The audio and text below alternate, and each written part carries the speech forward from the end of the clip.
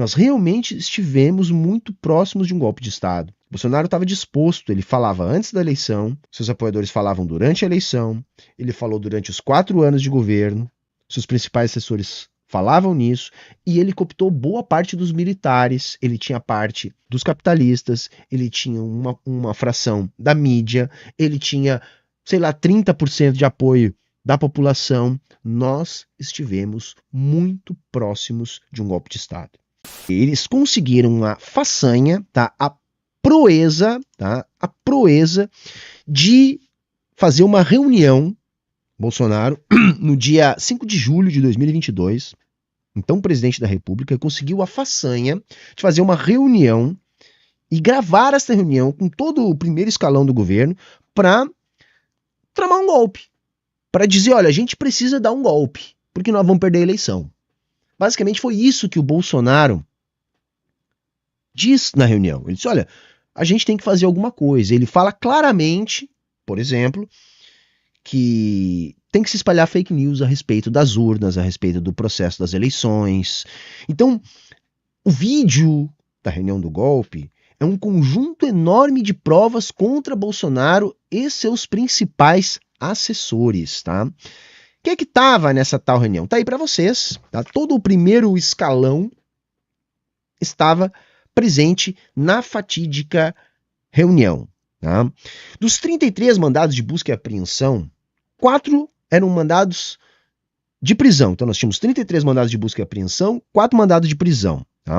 Foram presos Felipe Martins, lembram lá dele, do gesto neonazi? Pois é, assessor do Bolsonaro, foi preso. Rafael Martins, que era major do Exército, esse foi o que desmaiou. Parece que é esse, não sei, digam aí, chat, né? Que desmaiou quando a PF bateu na porta. Foi também preso o coronel do Exército Marcelo Câmara, e também havia um mandado de prisão para o também coronel do Exército Bernardo Romão Correia Neto. Esse estava nos Estados Unidos, mas parece que já se apresentou. Tá? E dos 33 mandados de busca e apreensão, tá? Vamos destacar aqui alguns nomes que eu acho que são relevantes para a gente fazer aqui a nossa discussão. Um deles é o do presidente do PL, partido Bolsonaro, o Valdemar da Costa Neto, que inclusive foi preso, não nessa operação, mas foi encontrado com ele uma arma, sem os devidos registros, e uma pepita de ouro. Ele foi preso, depois a prisão foi revogada, né? Então já está solto. O Braga Neto, é importante essa prisão, hein? Essas são as prisões importantes. No caso aqui o Braga Neto não foi preso, mas é importante que essas pessoas sejam presas, né? O Valdemar foi preso, mas não nesse âmbito. Nesse âmbito, o Valdemar e o Braga Neto foram alvo de mandado de busca e apreensão. O Braga Neto, que é general da reserva, tá? Ministro da Casa Civil do Bolsonaro, golpista de primeira linha. Também é importante o fato de sofrer o mandado de busca o general Augusto Heleno, responsável pelo GSI.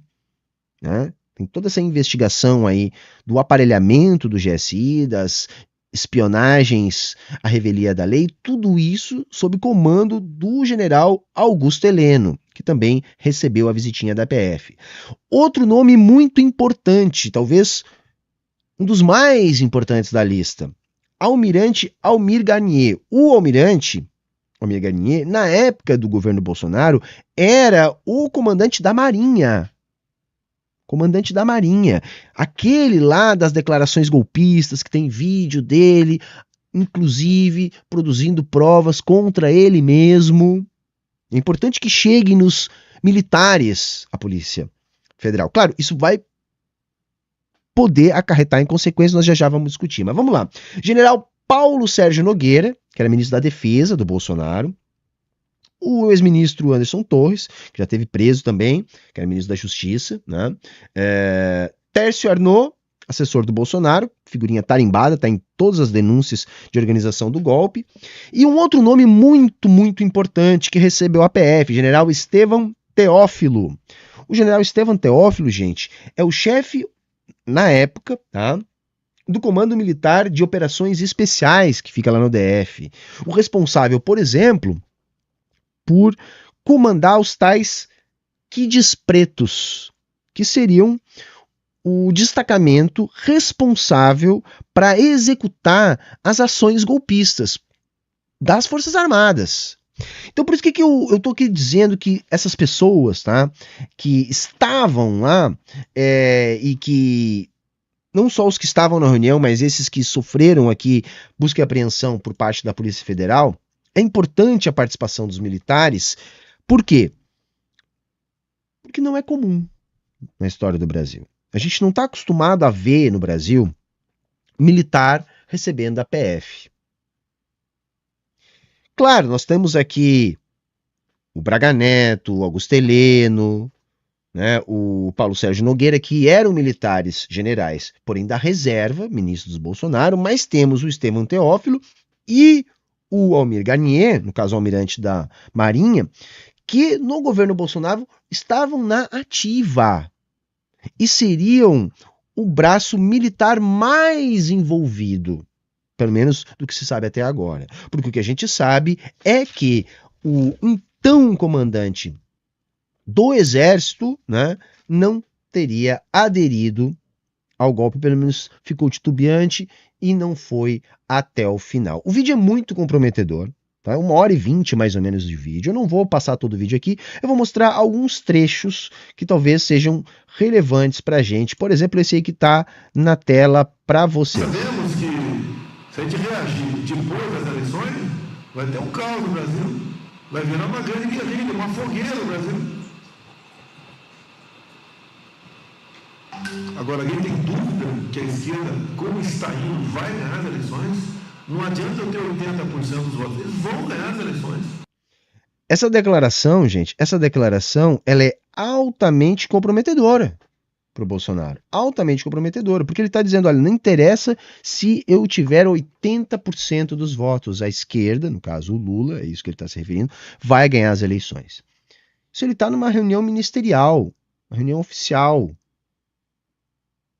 Ele está estimulando toda a sua equipe a se movimentar na direção do golpe. E esse vídeo, segundo a Polícia Federal, ele é parte das provas que estão sendo juntadas ao processo.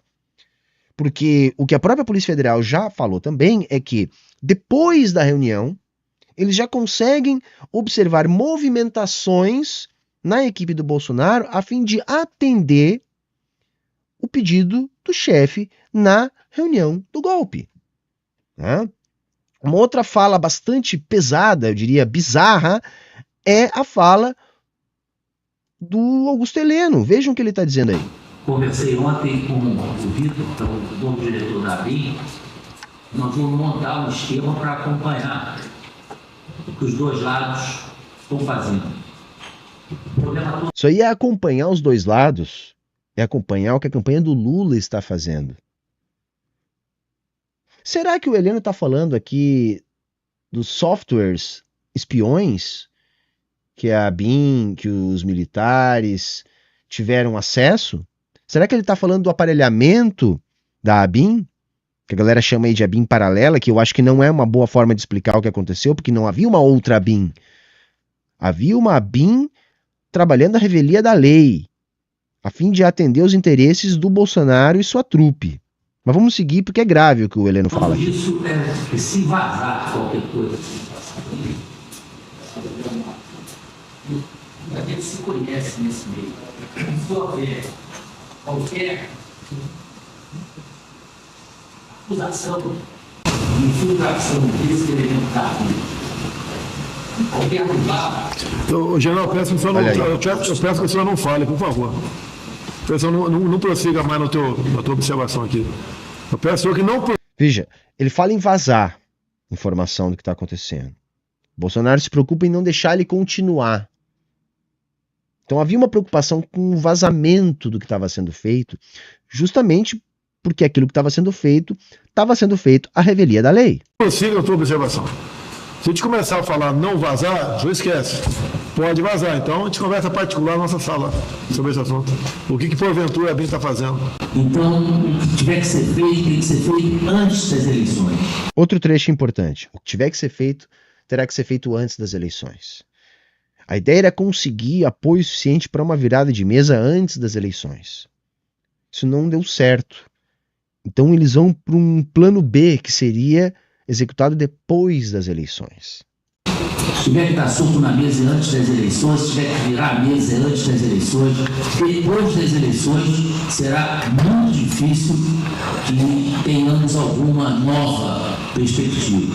Até porque eles vão fazer tão bem feito que essa conversa do Fachin foi exatamente com os embaixadores para que elimine a possibilidade do VAR acontecer, né? No dia seguinte todo mundo reconhece e fim de papo. Então isso aí tem que ficar bem claro, né? Eu acho que as coisas têm que ser feitas antes das eleições. E vai chegar um ponto que nós não vamos poder mais falar. Nós vamos ter que agir contra determinadas instituições e contra determinadas pessoas. Veja, agir contra determinadas instituições, contra determinadas pessoas. Eles falam, em mais de um momento ao longo da reunião, do ministro Fachin, do ministro Gilmar, do ministro Alexandre de Moraes. Eles assumem estar observando o Alexandre de Moraes.